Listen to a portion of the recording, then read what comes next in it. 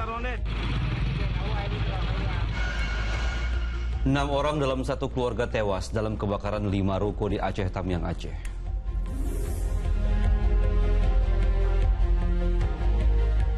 Tiga rumah di Sumedang, Jawa Barat rusak berat akibat tertimpa longsor susulan dari tebing setinggi 30 meter. 2 pemotor wanita yang mengenakan atribut pendukung Persib Bandung tewas mengenaskan setelah menabrak bagian belakang truk. Diam kok, polisi. Polisi. Ya. Komplotan pencuri ternak di Kabupaten Bulukumba, Sulawesi Selatan ditangkap aparat kepolisian.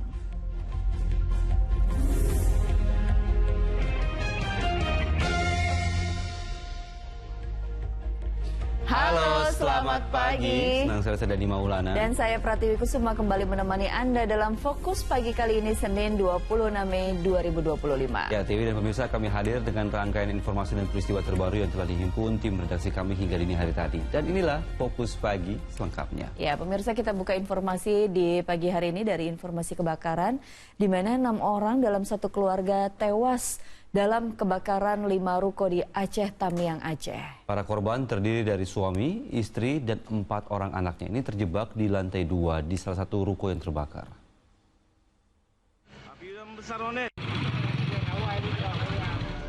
Kobaran api menghanguskan 5 unit ruko di Jalan Lintas Medan, Banda Aceh, Desa Tualang Baro, Aceh Tamiang, Aceh, Minggu dini hari. Proses pemadaman api terus dilakukan puluhan personel damkar hingga Minggu pagi dengan mengerahkan 7 unit mobil damkar dan 1 unit mobil tangki air ke lokasi. Saat api berhasil dikuasai, petugas damkar menemukan 6 orang dalam satu keluarga meninggal dunia. Para korban terdiri dari pasangan suami istri dan 4 orang anaknya terjebak di lantai 2 salah satu ruko yang terbakar. 2 diantaranya merupakan anak balita berumur 3 tahun dan 18 bulan. Sedangkan 2 anak lain berusia 10 tahun dan 8 tahun. Jasad korban satu keluarga itu dibawa ke RSUD Langsa. Polisi masih menyelidiki sebab pasti kebakaran. Kebakaran berawal dari salah satu unit ruko yang diduga menjadi sumber api sebelum akhirnya menjalar ke ruko lain. Untuk penyebab masih dalam penyelidikan. Kemudian untuk korban jiwa sementara ada 6. Untuk yang lain mungkin nanti kita berikan perkembangan selanjutnya.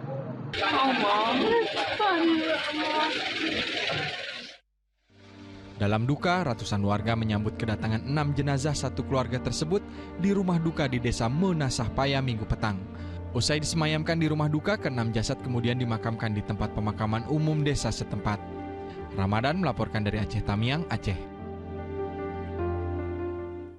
Ya, pemirsa, kebakaran juga menghanguskan 5 rumah di Kota Bengkulu. Nah, sementara di Banjarmasin, Kalimantan Selatan, 6 rumah ludes dilalap si jago merah. 55 gom TKM, 55 gom, gotong royong. Kepulan asap tebal disertai api membubung dari permukiman padat di Gang 5 Jalan Ais Nasution, Kelurahan Gedang, Kota Banjarmasin, Kalimantan Selatan, Minggu siang. Warga dengan sedaya upaya berusaha memadamkan api, menunggu petugas damkar datang ke lokasi. Dalam kejadian ini 6 rumah ludes dilalap api. Dampak kebakaran membuat 8 kepala keluarga harus kehilangan tempat tinggal. Lebih 6 kakak. Soalnya di situ 1 kakak, nih 2, nih 5, nih 6, situ 7, 8 kakak lah sama yang di RT 9. Belum ada pemadam kebakaran. Si jago merah juga melahap 5 rumah di Kota Bengkulu Minggu sore. Kobaran api dengan cepat membesar dan menyambar 2 sepeda motor di dalam rumah. Petugas damkar berjibaku padamkan api. Sekira 1 jam si jago merah berhasil dikuasai. Belum diketahui penyebab pasti kebakaran. Dugaan sementara api berasal dari ledakan tabung LPG di dapur salah satu rumah yang terbakar. Tabung gas LPG yang masih dalam kondisi aktif, bahkan nyembur apinya yang luar biasa di situ. Tapi pada diperkirakan mungkin ada api termasak mungkin di sana ini terjadi kebakaran. Karena di belakang itu banyak material-material yang mudah terbakar. Tidak ada korban jiwa, namun kerugian ditaksir mencapai ratusan juta rupiah. Tim Liputan melaporkan. Kita beralih ke informasi lain, diguyur hujan deras, puluhan rumah di Pandeglang, Banten terendam banjir. Ya, ketinggian air mencapai hampir 1 meter.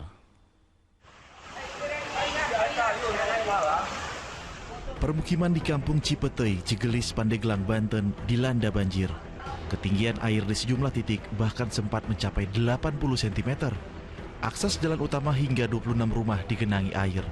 Bahkan hasil panen hingga hewan ternak terseret arus banjir. Bencana yang menimpa desa Ciserehen dipicu luapan sungai Curug Medok dan sungai Curug Cipetei akibat hujan deras selama 3 hari. Kurang lebih 25 rumah, Pak.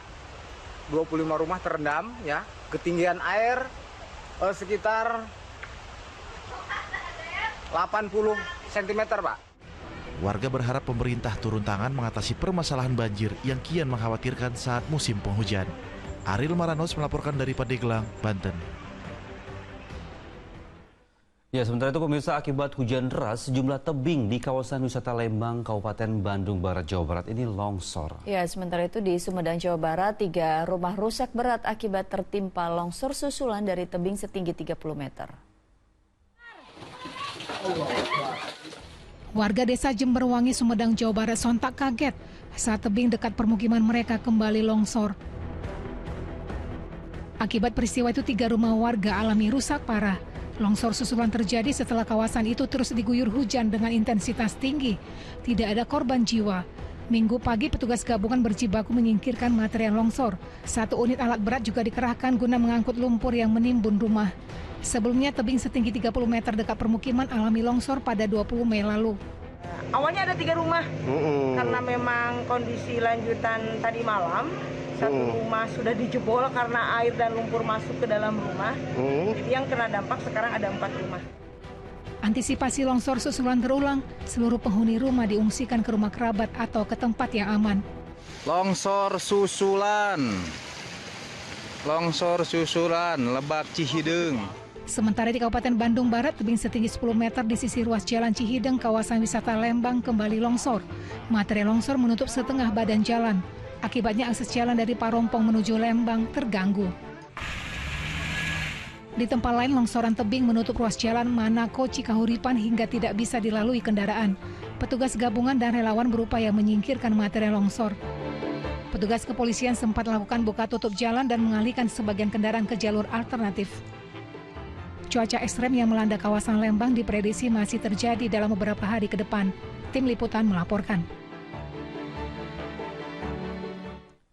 Pemirsa, seorang wanita di Surabaya, Jawa Timur tewas setelah motor yang dikendarai suaminya menabrak truk trailer. Ya, Tiwi dan pemirsa, peristiwa serupa juga terjadi di Jombang, Jawa Timur, di mana pasangan suami istri tewas dengan luka parah setelah motor mereka bertabrakan dengan minibus.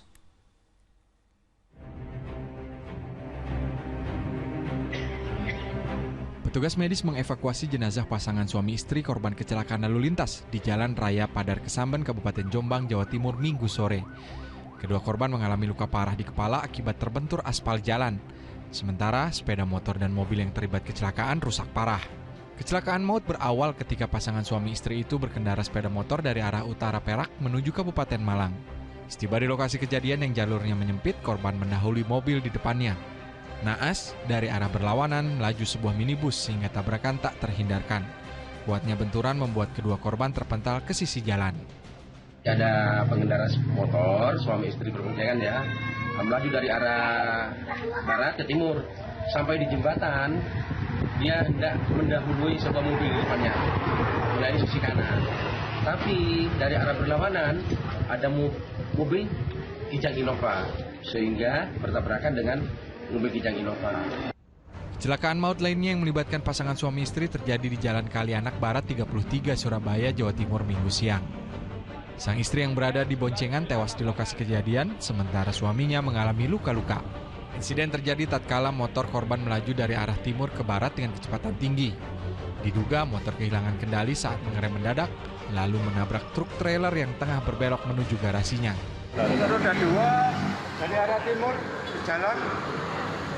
Itu ada trailer belok, dia berusaha mengerem. Tapi ternyata sepeda motornya ngosek, terus masuk kolong trailer untuk penumpang meninggal dunia. Guna pengusutan kasus kecelakaan maut tersebut, anggota unit laka lantas Polres Pelabuhan Tanjung Perak, Surabaya meminta keterangan sopir truk dan pemotor yang selamat. Tim Liputan melaporkan. Kita beralih ke peristiwa lain. Pemirsa, 2 hari dicari, ini ada seorang pria lansia ditemukan meninggal dunia di Sungai Cikarang, Bekasi, Jawa Barat. Sebelumnya korban dilaporkan terseret arus saat menyeberangi sungai yang tidak jauh dari area sawah miliknya.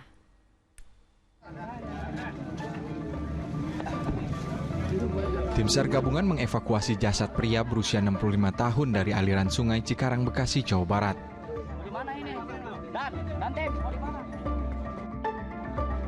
Jasad langsung diserahkan kepada keluarga di Desa Srijaya, Tambun Utara, Kabupaten Bekasi. Kedatangan jenazah disambut rasa haru warga sekitar. Pencarian dilakukan sejak Sabtu siang beberapa jam setelah korban dinyatakan hilang terseret arus. Jasad baru bisa ditemukan sejauh 2 km dari lokasi awal korban terseret. Kronologisnya, jadi korban ini akan menyeberang dengan cara berenang, namun tidak sampai kurang lebih 10 meter dari tujuan, korban sudah terbawa arus. Peristiwa naas itu berawal saat korban hendak mengairi sawah bersama seorang warga. Saat itu, korban menyeberangi sungai untuk menyambung aliran listrik ke mesin pompa air, namun sayang korban justru terseret arus. Rahmat Tubis melaporkan dari Kabupaten Bekasi, Jawa Barat. Pemirsa, seorang bocah perempuan di Klaten, Jawa Tengah meninggal dunia setelah terjatuh dan masuk ke dalam gorong-gorong. Kondisi saluran air yang berarus kencang setelah diguyur hujan deras membuat korban terseret.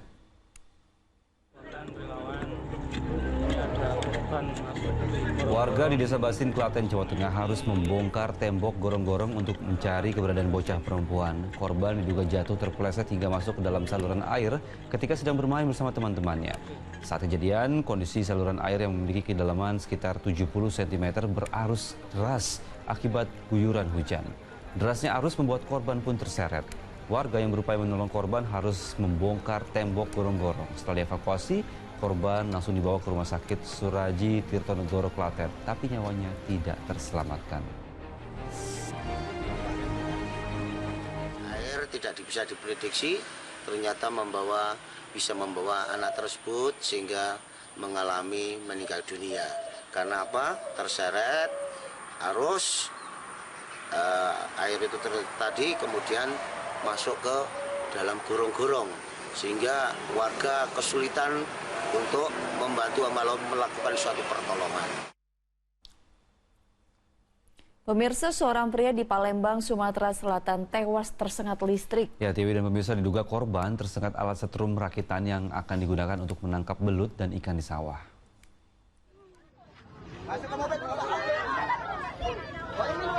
Wanita ini pingsan tatkala melihat jasad anaknya terbujur kaku saat dievakuasi tim Inafis Polresta Palembang dan petugas Palang Merah Indonesia. Jasad lelaki berusia 20 tahun itu ditemukan di area sawah di Kelurahan Karangjaya, Palembang, Sumatera Selatan, Minggu siang. Saat jenazah diperiksa, petugas mendapati alat setrum rakitan berada di samping tubuhnya. Polisi menduga korban tewas kena setrum alat rakitan yang akan digunakan korban untuk menangkap belut dan ikan di area sawah. Diduga kematiannya disebabkan karena tersetrum alat pencari belut itu. Alatnya sendiri komandan? Betul. Jadi di sekitar jenazah itu ditemukan alat setrumnya. Jadi diduga kemungkinan jenazah ini meninggal karena tersetrum alat penyetrum belut itu. Guna mengetahui penyebab kematian, jenazah dibawa ke Rumah Sakit Bayangkara Palembang. Polisi juga menyita alat setrum rakitan milik korban untuk dilakukan penyelidikan. Muhammad Ardi melaporkan dari Palembang, Sumatera Selatan. Kita beralih ke peristiwa lain, pemirsa. Biawak sepanjang lebih dari 1 meter bersarang di plafon rumah warga di Polewali Mandar, Sulawesi Barat. Sementara di Banyuwangi, Jawa Timur, aktivitas pelajar mengajar terganggu, ribuan ekor kelelawar di atap sekolah.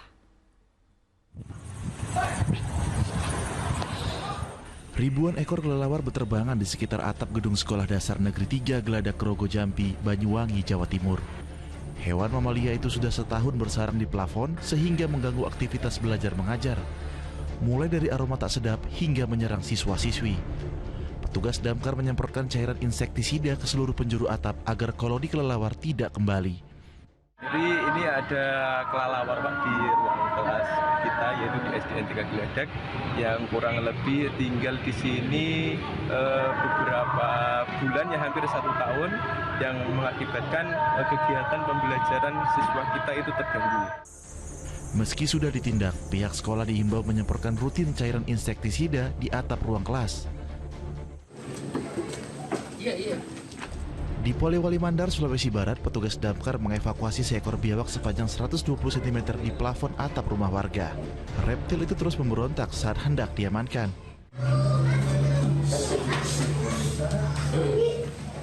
Setelah berjibaku selama 20 menit, biawak yang sudah sepekan bersembunyi itu berhasil ditangkap. Ya, kurang lebih sekitar 1,20 meter. Ada kesulitan Pak saat dievakuasi itu? Ya, kendalanya yang pertama itu dia ada di plafon. Ruangannya itu agak sempit di atas, jadi pergerakan kita itu agak susah. Biawak akan dilepas liarkan kembali ke habitatnya. Tim Liputan melaporkan. Kita jeda sejenak untuk berkemenangnya azan subuh untuk wilayah daerah khusus Jakarta dan sekitarnya. Dan kami akan hadir kembali dengan sejumlah informasi lain. Di antaranya 2 pemotor wanita yang mengenakan atribut pendukung Persib tewas mengenaskan setelah menabrak bagian belakang truk. Tetaplah bersama kami.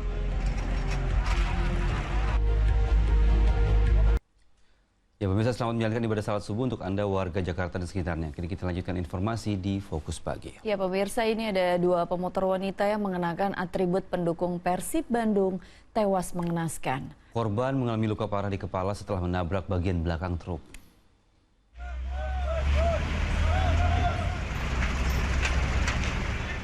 Warga membantu petugas medis mengevakuasi 2 jenazah pemotor wanita yang tergeletak bersimbah darah di kolong truk di Jalan Bypass Cicalengka, Bandung, Jawa Barat Minggu siang. Korban mengalami luka parah di bagian kepala, sementara sepeda motor mereka didapati dalam kondisi ringsek.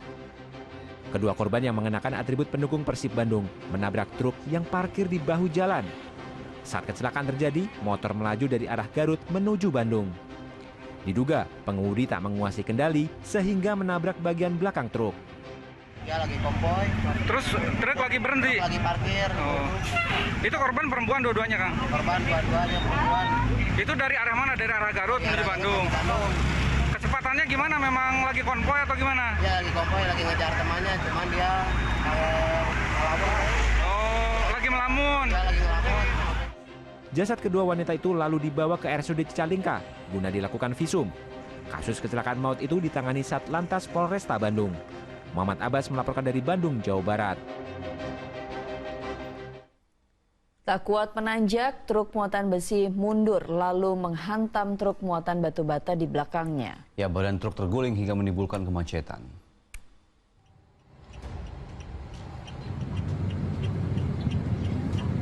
Ya pemirsa, 2 truk yang terlibat kecelakaan di Ngalian, Semarang, Jawa Tengah terekam video amatir. Truk pengangkut bata terguling, menumpahkan muatannya di tengah jalan. Sementara truk muatan besi terpental ke jalur berlawanan dan tersangkut di pembatas jalan. Kecelakaan terjadi ketika truk muatan besi melaju dari arah Jepara menuju ke arah Kendal, hendak melewati truk pengangkut bata. Saat tiba di jalan Profesor Hamka, truk tronton itu tiba-tiba berjalan mundur dengan kencang lalu menghantam truk bata di belakangnya.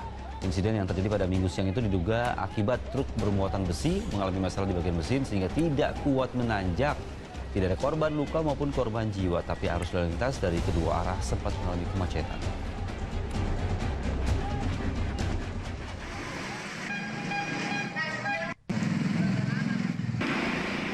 Sementara di Subang, Jawa Barat, mikrobus terguling usai menabrak pagar di bawah jembatan layang.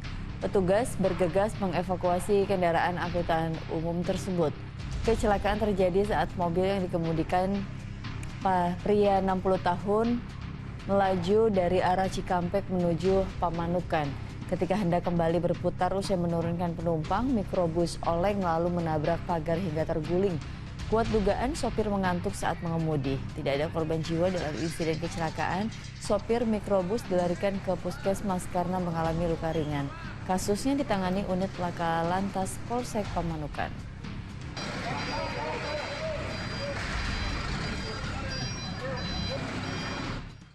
Komplotan pencuri ternak di Kabupaten Bulukumba, Sulawesi Selatan ditangkap aparat kepolisian. Informasi selengkapnya kami hadirkan usai jeda.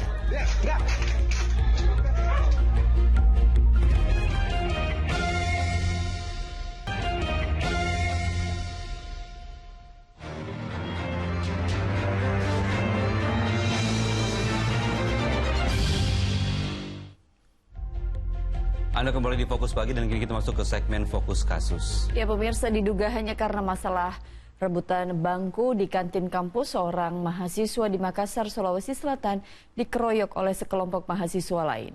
Korban yang mengalami luka lebam di wajahnya kemudian melaporkan peristiwa itu ke polisi.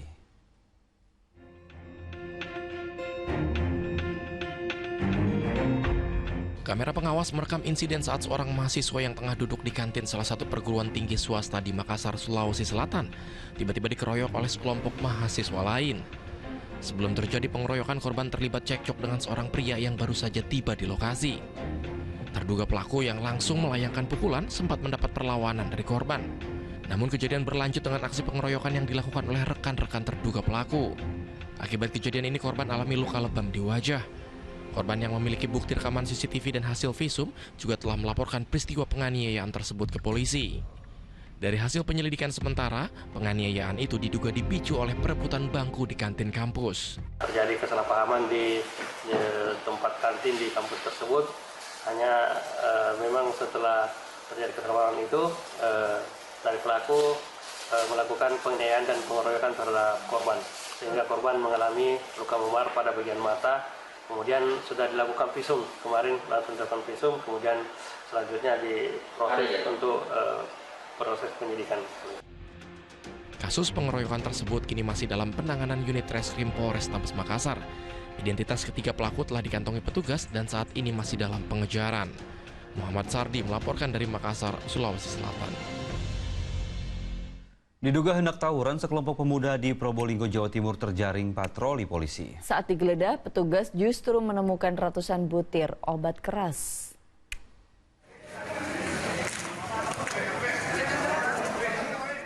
Polisi menggeledah satu persatu pemuda di teras Museum Kota Probolinggo, Jawa Timur. Mereka diduga hendak menanti kelompok pemuda lain untuk tawuran. Salah seorang pria tampak sempoyongan saat digeledah petugas. Benar saja terdapat ratusan butir pil koplo dalam kemasan 40 paket di dalam tas kecil miliknya.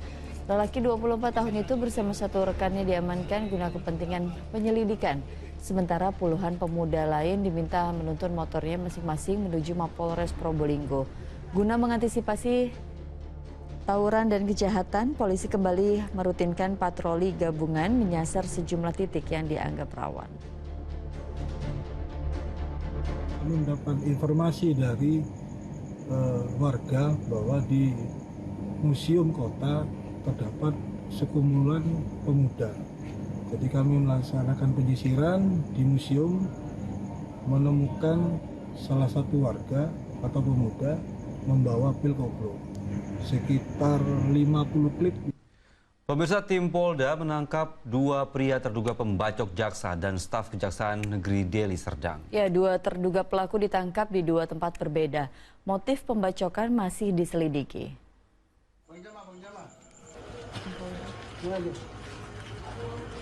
Tim gabungan dari Subdit Jatantras Ditreskrimum Polda Sumatera Utara dan Polres Serdang Bedagai menangkap pria bernama SD alias Galo di Binjai Minggu dini hari.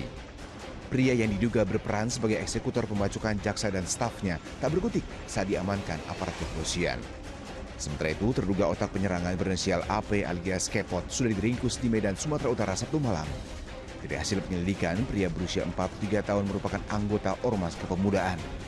Keduanya masih diperiksa intensif tim penyidik, begitupun motif pembacokan, apakah terkait perkara yang ditangani korban atau adanya masalah pribadi. Sementara itu, kondisi dua korban pembacokan, John Wesley, jaksa senior di Kejaksaan Negeri Deli Serdang, dan stafnya Asensio Silvano Kuta Barat, berangsur kondusif usai menjalani operasi di Rumah Sakit Columbia Medan.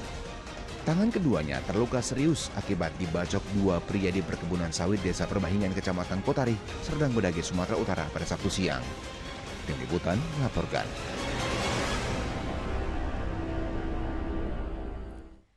Pemirsa, sejumlah pria komplotan pencuri ternak di Bulukumba, Sulawesi Selatan ditangkap aparat kepolisian. Penangkapan dua pria pencuri ini sempat diwarnai tangisan histeris keluarga. Polisi! Polisi!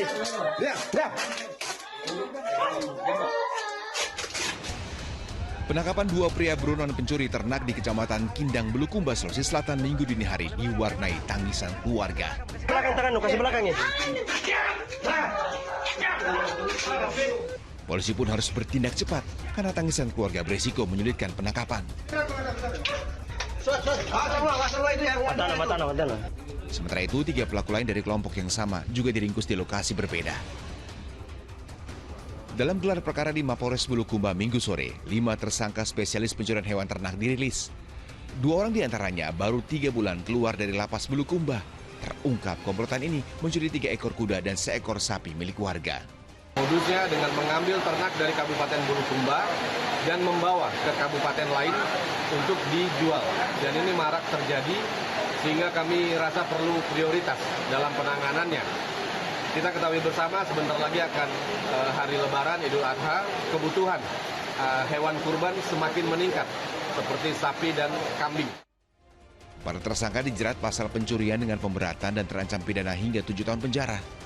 Hingga kini polisi masih melakukan pengembangan karena diduga masih ada pelaku lain yang berkeliaran. Muhammad Sardi melaporkan dari Bulukumba, Sulawesi Selatan. Masih dari kasus pencurian, pemirsa, komplotan pencuri motor beraksi di sejumlah daerah. Di Semper, Jakarta Utara, pencuri melepaskan tembakan ke udara saat dikejar belasan warga. Ya, ini sementara di Bandar Lampung, 2 motor mahasiswi disikat pencuri dalam tempo kurang dari 5 menit.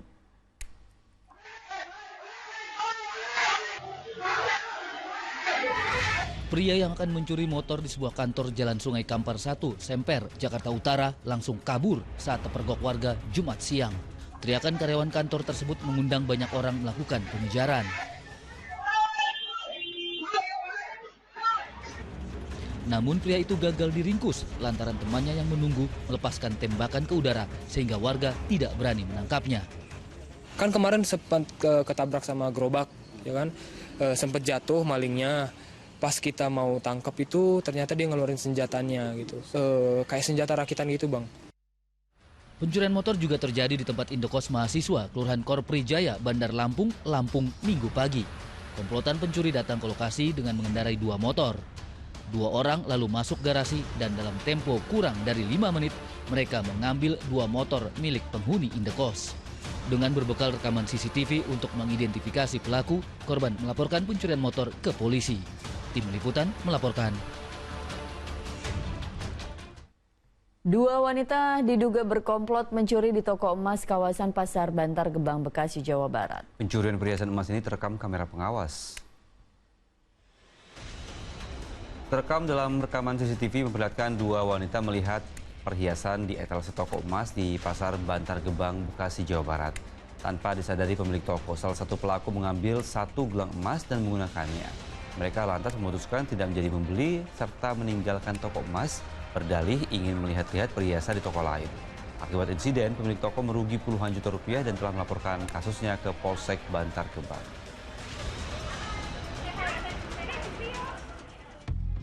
Sementara di Medan Belawan, Medan, Sumatera Utara, wanita berkendara motor terekam CCTV berhenti di depan jemuran milik warga Jalan Selebes dan secepat kilat mengambil pakaian dan langsung kabur. Terungkap pencurian pakaian di lokasi yang sama sudah 2 kali terjadi. Kasus ini belum dilaporkan ke polisi. Korban berharap setelah viralnya kasus ini, pelaku menyadari perbuatannya dan segera mengembalikan pakaian yang dicuri.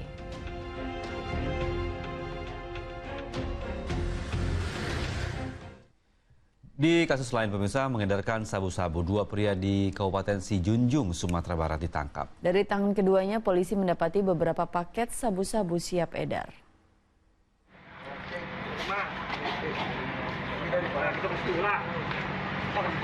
Pria bernama Yori Dwi Payana ditangkap anggota Satuan Narkoba Polres Sijunjung di depan stasiun pengisian bahan bakar Kecamatan Tanjung Gadang, Sumatera Barat.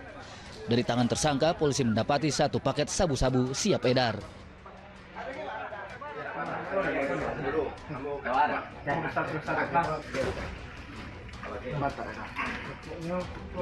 Setelah pengembangan, polisi mengejar tersangka bernama Yulizar Effendi. Pria berusia 51 tahun itu ditangkap di Jorong Koto Baru, Kecamatan Tanjung Gadang, Sijunjung.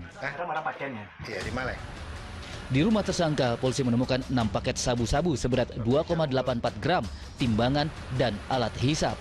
Minggu sore, keduanya menjalani pemeriksaan di Mapolres Sijunjung.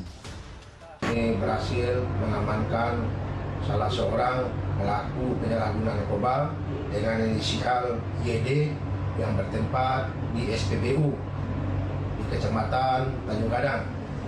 Dari hasil penangkapan tersebut, kami berusaha melakukan pengembangan terhadap pelaku lain, yakni saudara YE. Kemudian kami menuju ke rumah saudara YE dan melakukan penggeledahan. Kami berhasil menemukan 6 paket yang diduga narkotika jenis sabu-sabu. Polisi melakukan pengembangan terkait sindikat peredaran narkoba di Kabupaten Sijunjung. Sementara kedua tersangka terancam 20 tahun penjara. Safatul Ulum melaporkan dari Sijunjung, Sumatera Barat. Pemirsa, seorang pria terluka setelah sepeda motor yang dikendarainya tabrakan dengan bus Transjakarta di Jalan Lodan Raya, Pademangan, Jakarta Utara. Ya, kerasnya benturan membuat motor korban tersangkut di kolong bus.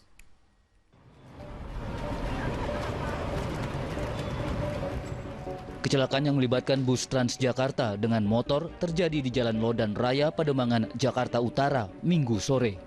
Terlihat pengendara motor terkapar di samping bus dengan kondisi terluka. Sementara motor yang dikendarainya tersangkut di kolong bus.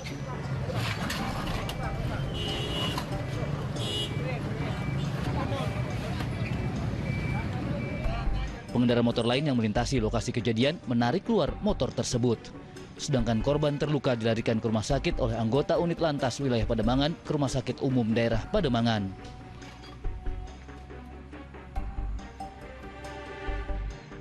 Tabrakan terjadi saat bus Transjakarta yang melaju dari arah Ancol menuju Jalan Gunung Sahari Raya berpapasan dengan motor. Belum diketahui penyebab pasti tabrakan itu. Kecelakaan di depan Jakarta Ancol. Kejadiannya sekira pukul 15 antara roda 2 dengan busway. Untuk keterangan roda 2 dari arah apartemen menuju ke arah timur. Dan busway dari dalam, dari terminal Ancol menuju ke arah selatan. Untuk info keterangannya, kalau bisa lebih lanjut kami sudah melakukan. Peristiwa itu masih dalam penyelidikan polisi. Abdul Haris melaporkan dari Jakarta.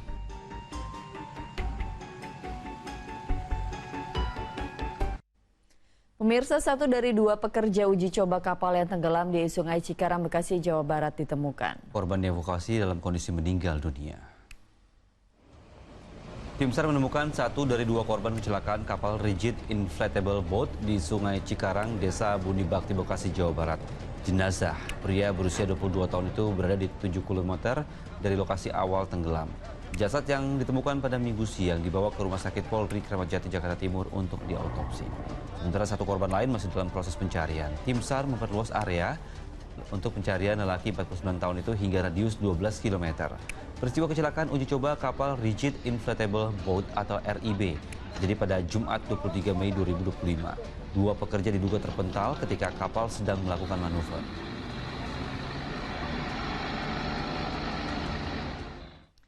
Pemirsa, kebakaran melanda Kompleks Asrama Sekolah Polisi Negara atau SPN Polda Sumatera Barat. Api melalap 1 unit barak yang dihuni 10 siswa polisi.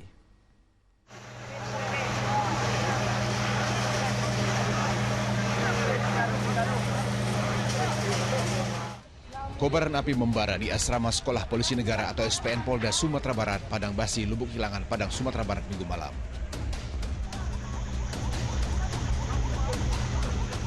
Saksi mata sempat melihat api pertama muncul dari salah satu petak asrama dan cepat membesar, lalu menjalar ke 10 petak rumah asrama yang dihuni siswa kepolisian.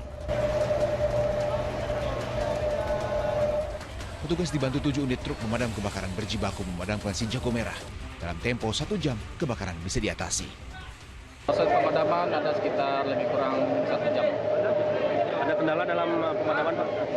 Dalam pemadaman tidak, cuma karena asrama ini adalah bangunan lama dan terbuat dari kayu, tentu apinya cepat merembet.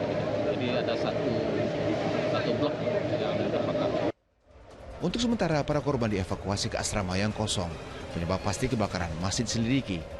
Kita belum bisa memastikan penyebabnya. Yang jelas nanti kita datangkan dari Inavis dulu untuk memastikan kejadian. Sementara itu, Wakapolda Sumatera Barat Irjen Pol Gupustiono langsung meninjau lokasi kebakaran. Tidak ada korban jiwa dalam insiden ini, namun kerugian ditaksir mencapai miliaran rupiah. Ulfa Mustriadi melaporkan dari Padang, Sumatera Barat.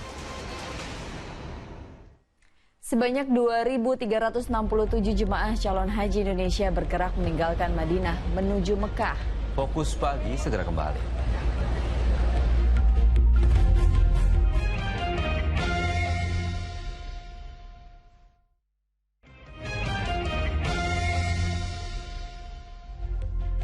Anda kembali di Fokus Pagi bersama saya Dani Maulana. Dan saya Pratiwi Kusuma. Kita lanjutkan informasi di pagi hari ini. Menjelang puncak haji, petugas penyelenggara ibadah haji menggelar gladi orientasi lapangan di Jamarat atau lokasi lempar jumroh. Ya, sementara itu sebanyak 2.367 jemaah calon haji yang terdiri dari 8 kloter mulai bergerak meninggalkan Madinah menuju ke arah Makkah.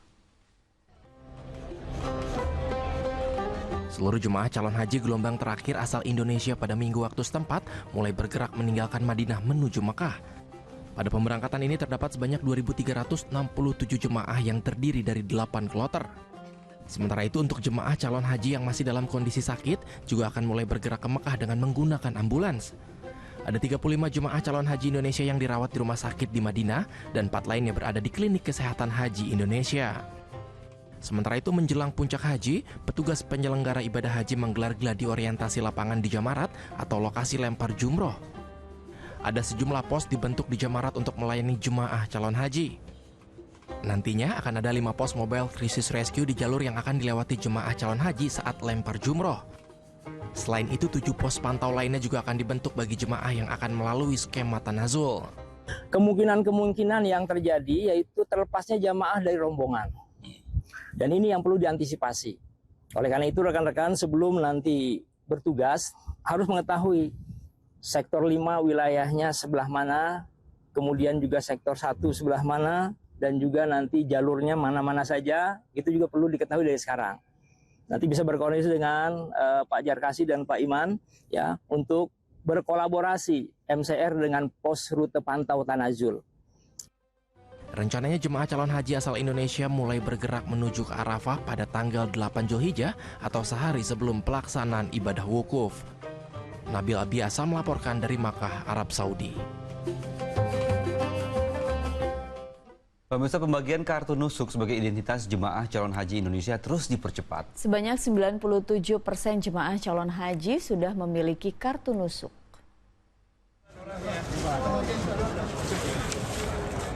Satu persatu jemaah calon haji asal Indonesia mendapatkan kartu nusuk. Pembagian dokumen identitas yang diakui pemerintah Arab Saudi itu sontak mengundang kebahagiaan jemaah. Ya, salah seorang jemaah yang sudah 10 hari di Makkah terharu karena selama ini tidak memegang kartu nusuk. Banget, bisa ke Mekah setiap hari. Karena udah dikasih tahu ya seberapa penting kartu nusuk itu ya, Bu? Iya, saya udah lama di sini tapi baru mendapatkan ini. Saya menunggunya udah lama sekali, hampir 10 hari. Jadi rasanya senang banget. Saat ini, jemaah calon haji asal Indonesia yang memiliki kartu nusuk sudah mencapai 97%.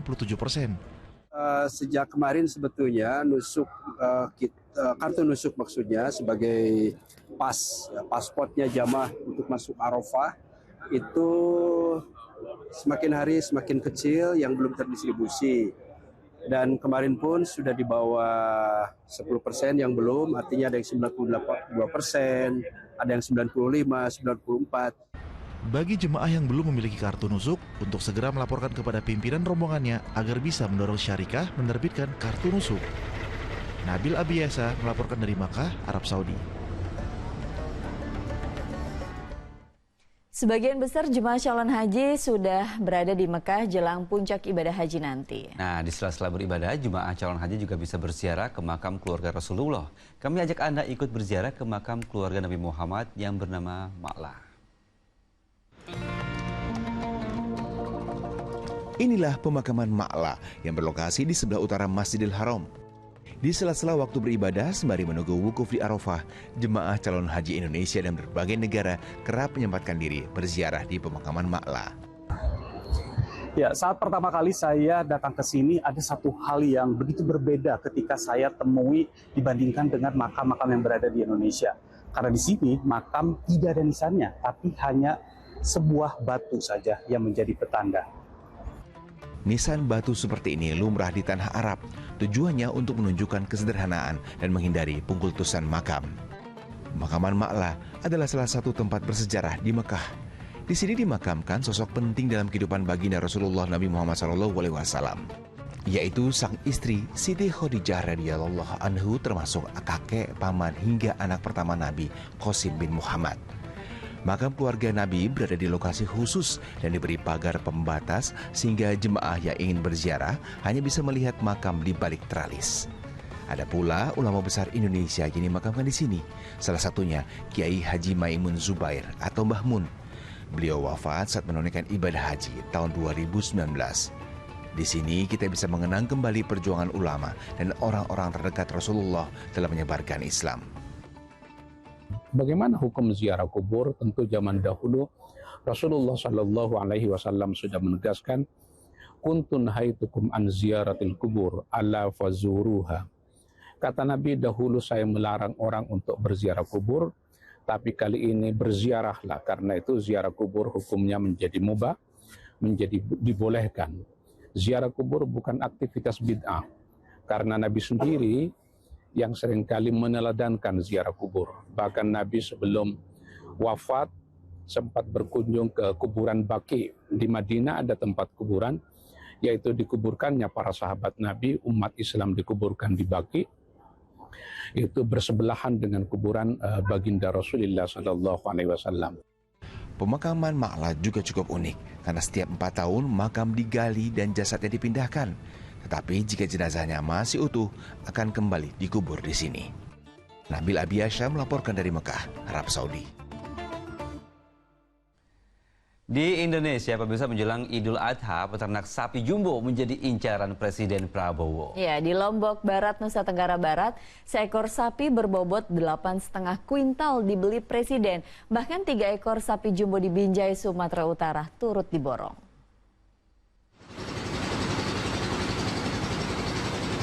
Peternakan sapi di Payaroba, Binjai Barat, Binjai, Sumatera Utara jadi pilihan Presiden Prabowo untuk kurban tahun ini.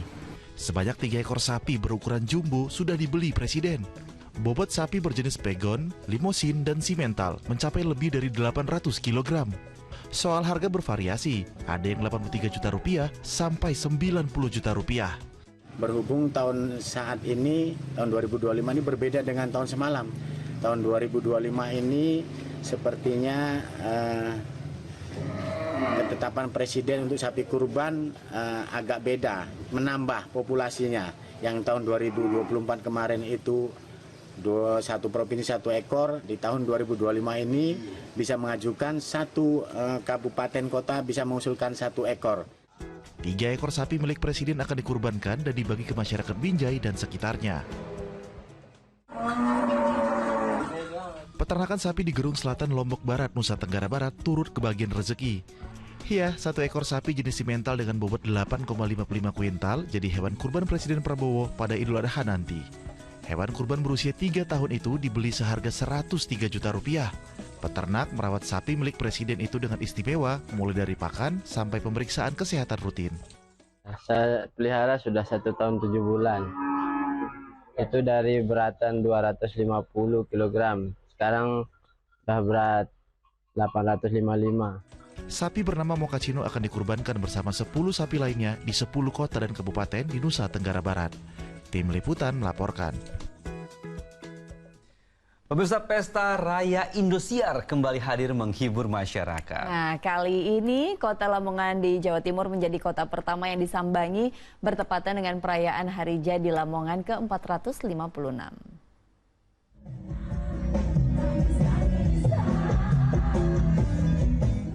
Penampilan penyanyi Lilis Darwangi menyemarakkan Pesta Raya Indosiar di alun-alun Lamongan, Jawa Timur, Minggu pagi. Lantunan lagu-lagu dangdut dari jebolan bintang Pantura itu menghibur warga. Selain Lilis, selama 2 hari Pesta Raya Indosiar digelar, sejumlah artis juga tampil di panggung dalam rangka Hari Jadi ke-456 Lamongan. Sangat menghibur warga masyarakat Lamongan. Kalau bisa tiap hari jadi Lamongan diadakan kayak gini biar bisa menghibur masyarakat Lamongan. Pada hari ini, terima kasih. Assalamualaikum. Selain menyuguhkan hiburan, juga digelar jalan sehat berhadiah jutaan rupiah. Olahraga itu diikuti ribuan warga. Sementara itu, ratusan siswa TK dan SD turut meramaikan Pesta Raya Indosiar dengan mengikuti lomba mewarnai. Sejumlah kegiatan membuat masyarakat Lamongan bersukacita menyambut hari jadi kota mereka. Pertama kami terima kasih ya pada Indosiar yang berpartisipasi dalam rangka hari jadi yang ke-456 ini. Dan tadi terlihat sekali mulai dari kemarin, ya mulai tadi malam sampai pagi tadi dan hari ini masyarakat terlihat antusias ya. Banyak sekali masyarakat yang hadir, terutama waktu jalan sehat tadi, dan semuanya ikut senang, bahagia untuk merayakan hari jadinya yang ke-456. Pesta Raya Indosiar Lamongan ditutup pertunjukan kesenian tradisional Reok Ponorogo. Sapari Ranuwijaya melaporkan dari Lamongan, Jawa Timur. Pemirsa, di era modern, ramuan herbal tradisional dimodifikasi sedemikian rupa agar tidak hilang ditelan zaman. Nah, itulah yang dilakukan warga desa Nguter Sukoharjo yang merupakan sentra pembuatan jamu. Nah, ini selain mencari cuan, menjual jamu sekaligus untuk menjaga tradisi turun-temurun. Berikut Berani Berubah spesial Hari Jamu Nasional, ramuan jamu berhasiat cuan.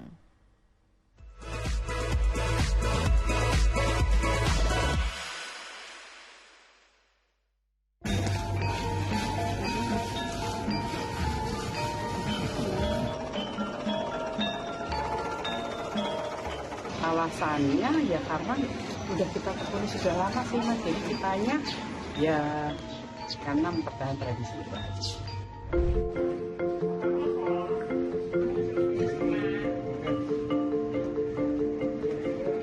Orang tua saya itu awalnya itu jual bahan-bahan jamu, awalnya dari situ, kemudian semakin kesini itu permintaannya juga semakin.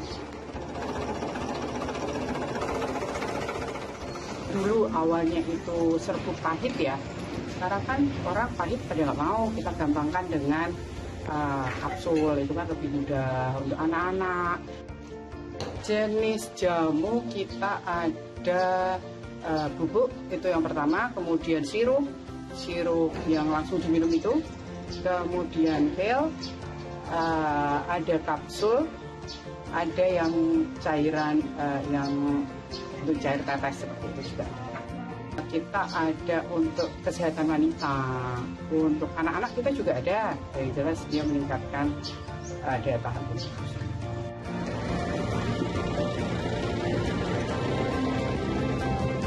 Biasanya saya kalau buka beras kencur daun pepaya. Untuk beras kencur itu ada asam manisnya. Tapi kalau daun pepaya pahit. Untuk beras kencur biasanya meningkatkan daya tahan tubuh. Tapi untuk flu, pilek, batuk itu anti. Untuk daun pepaya menambah nafsu makan. Kalau daun tapi saya usahakan setiap hari minum. Jadi gantian. Tapi kalau nggak beras kencur ya daun pepaya. Kalau harga sih relatif terjangkau ya.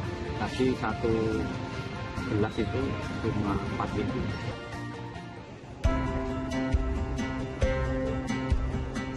Bahan baku kita ambil dari beberapa petani yang ada juga yang dari kebun kita sendiri gitu. Kita pilih bahan-bahan baku yang terbaik, baru kita produksi. Kita pemasaran langsung, kita di pasar Guntur itu kan ada pasar jamu. Nah, kita ada toko di situ. Kemudian ada lewat online. Kalau zaman sekarang kita nggak bisa ya, kita jauh-jauh dari online. Kita ada sirup kan bermacam-macam ya, ada beras kencur, bulir asam, ada gula asam, ada jahe Jawa juga ada temulawak yang untuk perut itu juga ada. Itu kita udah masuk di restoran, masuk di hotel seperti itu. Alhamdulillah omsetnya mencukupi untuk kita untuk produksi, untuk inovasi seperti itu.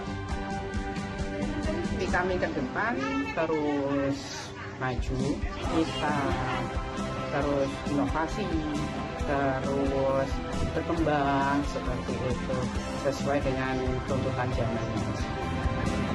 Jamur ini kita menjaga tradisi, kemudian kita juga mempertahankan dengan bahan-bahan yang terbaik, dengan inovasi, dengan teknologi yang terbarukan juga, dan kita berani berubah.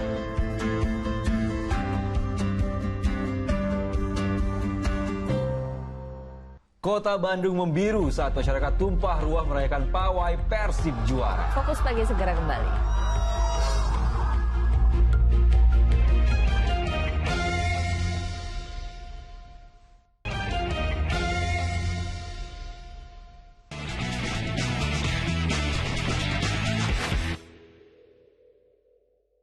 Dipersembahkan oleh Anda kembali menyaksikan Fokus Pagi bersama saya Pratiwi Kusuma dan saya Dani Maulana. Pemirsa, rangkaian sukacita menyambut Persib juara BRI Liga 1 2024-2025. Ya, ini Kota Bandung akan jadi lautan biru saat masyarakat tumpah ruah merayakan pawai Persib juara. Para pemain hingga para pendukung ini larut dalam sukacita merayakan Persib yang menyandang gelar juara keempat kalinya di gelaran Liga 1. Pawai Persib juara BRI Liga 1 musim 2024-2025 diawali dari Balai Kota Bandung, Jawa Barat pada Minggu pagi. Seluruh pemain dan ofisial tim menaiki beberapa kendaraan khusus menuju gedung sate di kawasan Jalan Diponegoro, Kota Bandung, Jawa Barat. Iring-iringan kendaraan melewati rute Jalan Wastu Kencana, Jalan R.E. Marta Dinata, Jalan Insinyur Haji Juanda hingga ke kawasan gedung sate. Ribuan masyarakat tumpah ruah ke jalan menyambut tim kesayangan merayakan raihan gelar keempat di era Liga Indonesia. Pemain-pemain Persib seperti Victor Igbonevo, Mark Klok serta Del Pino larut dalam sukacita bersama para pendukungnya.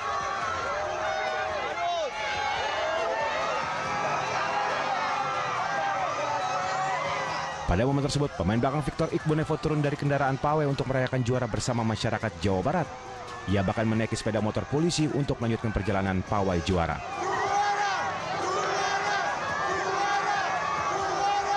Sementara sang kapten tim Mark Klok tak henti-henti membalas sambutan meriah pendukung Maung Bandung.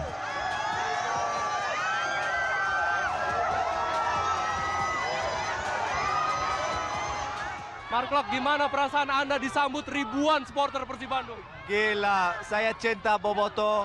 Mereka luar biasa, kalian lihat semua ini tidak terjadi di mana-mana, tapi di Bandung ada.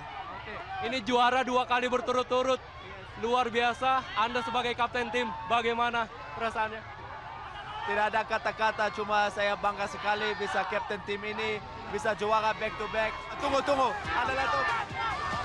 Bahkan pemain tengah berusia 32 tahun mengangkat trofi BRI Liga 1 dengan sukacita di hadapan ribuan pendukung. Pencetak gol terbanyak Persib di BRI Liga 1 musim ini, Tyrone Del Pino, menyatakan bahwa sambutan pendukung dalam pawai juara adalah hal yang luar biasa. What are you feeling for today? Unbelievable, atmosphere. Last year cannot leave this year, thank God I'm here. I'm too happy to see all the Bandung city support us. Unbelievable, crazy. Setiba di gedung sate, pawai Persib juara disambut pendukung dari berbagai wilayah di Jawa Barat. Pemain kemudian menikmati jamuan makan siang sebelum mengangkat trofi serta merayakan pesta juara bersama di gedung sate. Tim Liputan melaporkan.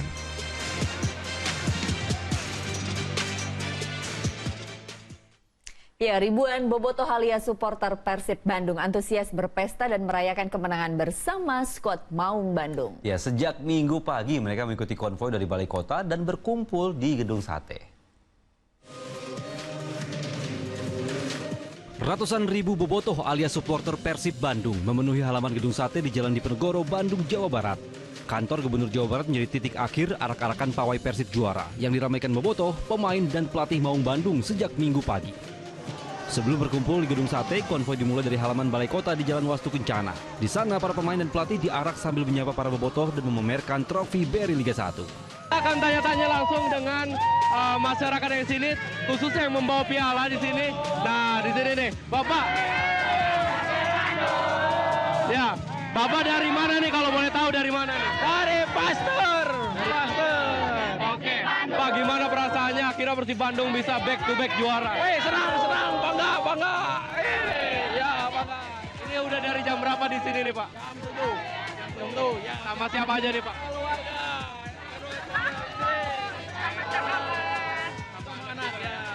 Oke, tentunya udah nggak sabar melihat skuad Persib untuk arak-arakan dan juga iring-iringan melewati jalan ini.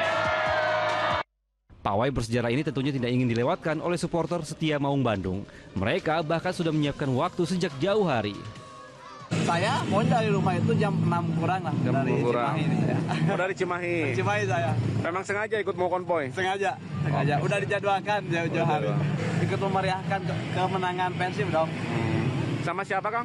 Ini sama anak saya yang suka nonton bola, yang suka bola juga. Gitu. Saya juga suka gitu.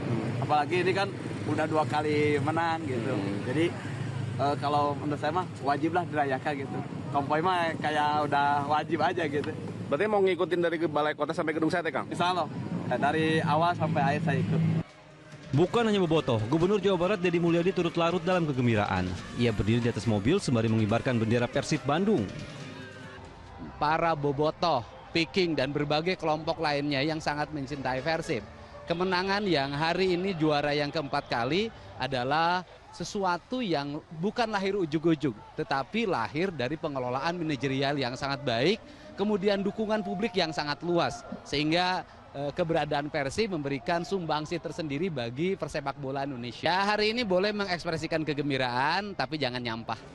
Meski larut dalam euforia, bobotoh saling mengimbau agar tetap jaga ketertiban dan keamanan.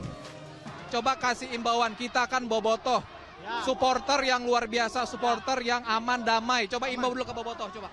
Untuk bobotoh, khususnya yang di kota Bandung, untuk tertib, konvoynya tertib, buat kenyamanan kota Bandung. Imbauan kepada bobotoh, untuk yang khususnya plat B, jangan diganggu. Iya pesta Jang Barudak Jawa Barat. Pawai Persib juara yang berakhir di Gedung Sate dilanjutkan dengan panggung hiburan yang dimeriahkan sejumlah musisi dari Jawa Barat.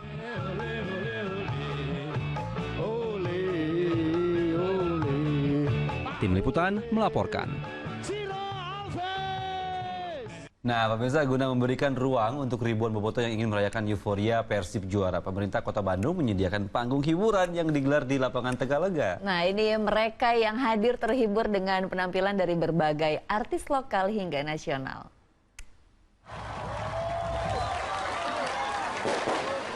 Inilah kepadatan ribuan bobotoh yang memadati lapangan Tegalega, Bandung pada Minggu sore. Tingginya antusias bobotoh dalam merayakan Persib juara tidaklah main-main. Tidak sedikit dari mereka yang ingin merayakan Persib juara dengan menyaksikan panggung hiburan yang diisi oleh berbagai artis lokal hingga nasional. Pesta kemenangan ini disambut meriah oleh warga Bandung, mulai dari anak-anak hingga orang dewasa. Puncak dari perayaan ya, kita sedang udah sore, jadi kita akan upayakan bahwa sebelum gelap acara selesai secepatnya, karena secara POB ini kamari perayaan, jadi ya mudah-mudahan segera bisa selesai, tapi acara lancar-lancar aja. Di tengah kemeriahan perayaan Persib juara, rekan kami Ashran Syadi sempat berbincang bersama sejumlah sosok penting dalam perjalanan kemenangan Persib di Gedung Sate, Bandung, Jawa Barat. Ya, berikut cuplikannya. Kemenangan Persib pada laga BRI Liga 1 pada musim 2024-2025 mendapat apresiasi luar biasa dari orang nomor 1 Jawa Barat, Deddy Mulyadi. Pengelolaan manajerial yang dikelola secara profesional dinilai menjadi tonggak kemenangan Persib. Kang, ini Persib back to back juara, Kang. Bagaimana Akang melihat bagaimana Persib selama tahun ini bertanding? Pertama adalah Persib sebuah klub profesional yang dikelola secara profesional oleh manajemen, dan kemudian juga sangat mendapat dukungan yang sangat kuat ya dari para penggemarnya, para bobotoh, Viking, dan berbagai kelompok lainnya yang sangat mencintai Persib. Kemenangan yang hari ini juara yang keempat kali adalah sesuatu yang bukan lahir ujug-ujug, tetapi lahir dari pengelolaan manajerial yang sangat baik, kemudian dukungan publik yang sangat luas, sehingga keberadaan Persib memberikan sumbangsi tersendiri bagi persepak bola Indonesia. Ada, ya nanti dong disebutin, masih sekarang. Ini ada back-to-back juara nih Kang BRI Liga 1 Kang. Nextnya mau upgrade ke Piala Asia atau gimana Kang? Ya ke depan ya kita dorong dong Persib bukan hanya menjadi jagoan di Indonesia, tentunya kita ingin menjadi jagoan klub di Asia.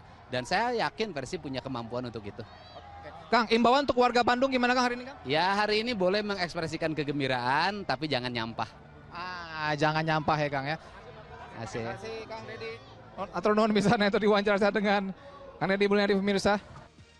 Pelatih Persib juga menjadi sosok yang berpengaruh dalam kemenangan back-to-back musim ini. Konsistensi selama latihan menjadi modal kemenangan yang kini kembali diraih. Back-to-back, I'm the witness of the greatness of Persib Bandung. So, how you manage? I'll tell you immediately one thing. Some people playing football all life, they never have this experience. We have 2 times in 2 years, which is fantastic. How to manage, I don't know. This one I told you last year, probably something I did proper.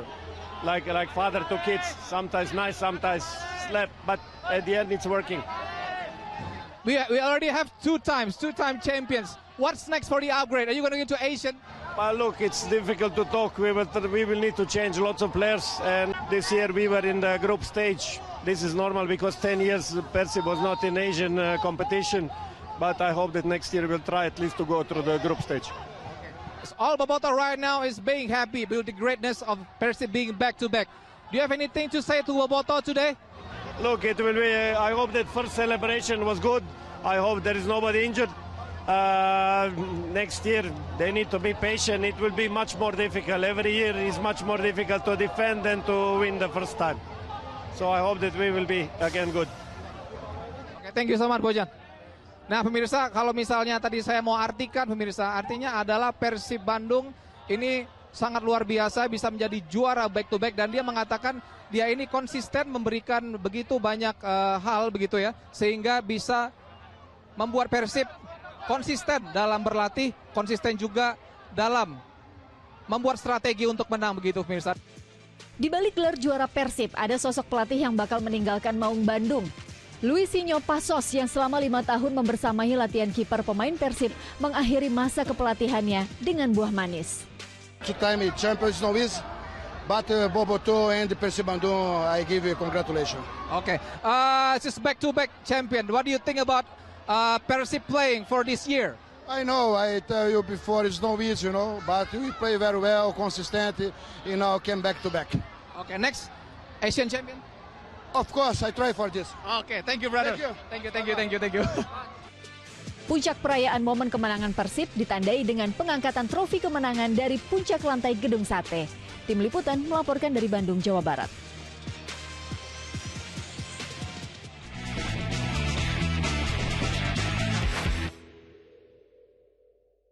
Dipersembahkan oleh